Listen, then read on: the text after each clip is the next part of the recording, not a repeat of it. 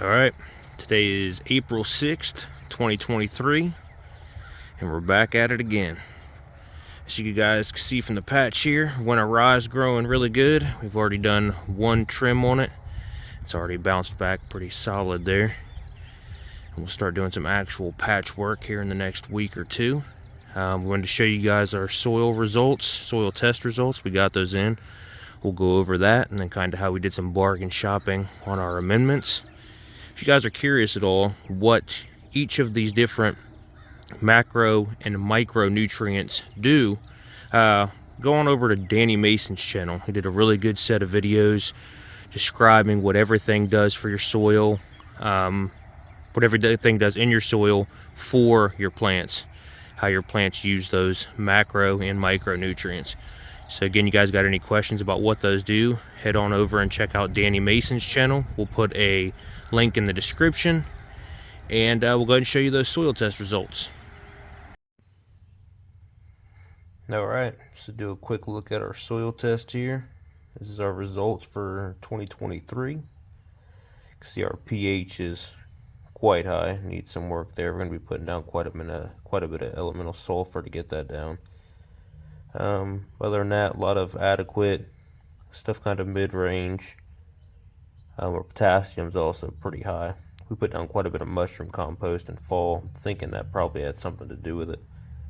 So we got some help from Cecil Weston on our soil results here, and here is what he recommended that we do in our patch to get it in as balanced as possible. So we're going to do about 32 pounds of elemental sulfur, about 11 pounds of triple phosphate, 1.2 pounds of borax for the boron, 3 pounds of magnesium sulfate, and just about 0.2 pounds of copper sulfate. We're pretty good on copper. 18 pounds of Epsom salt, 90 pounds of alfalfa meal. That doesn't really affect the soil test much. That's just some feed for the microbes. Same thing with the 45 pounds of kelp meal and the 18 pounds of blood or feather meal. I think we'll be doing the feather meal on that. I also have 50 pounds of humic that we got from Ohio Valley Giant Pumpkin Growers that we'll be putting into the patch as well.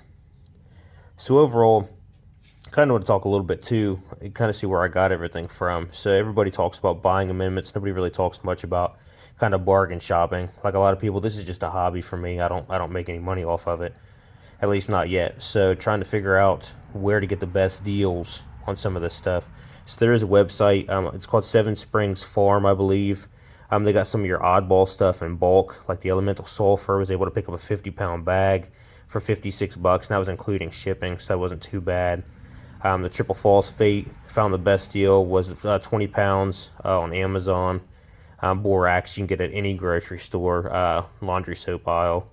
Manganese sulfate, best deal for what I needed was 5 pounds, $18 on Amazon. Copper sulfate I had left over, but that came from alphachemicals.com, who also sells through Amazon. If you go and look at alphachemicals.com, once you factor in their shipping, for me it was cheaper just to buy it through Amazon, and that's where I bought the manganese from. That also was bought from Amazon but sold through alphachemicals.com. Epsom salt, I needed exactly 18 pounds. I was able to pick up 18 pounds for $29 from Amazon. The alfalfa meal, kind of hard for a lot of people to find. Cecil suggested a lot in his soil recommendations, but I was able to find, you could probably look at a local feed mill, anybody that makes cattle, livestock feed, and I was able to get 100 pounds for $48. Kelp and the humic was both ordered through Ohio Valley Giant Pumpkin Growers. Got a good deal on that, so you guys can see there.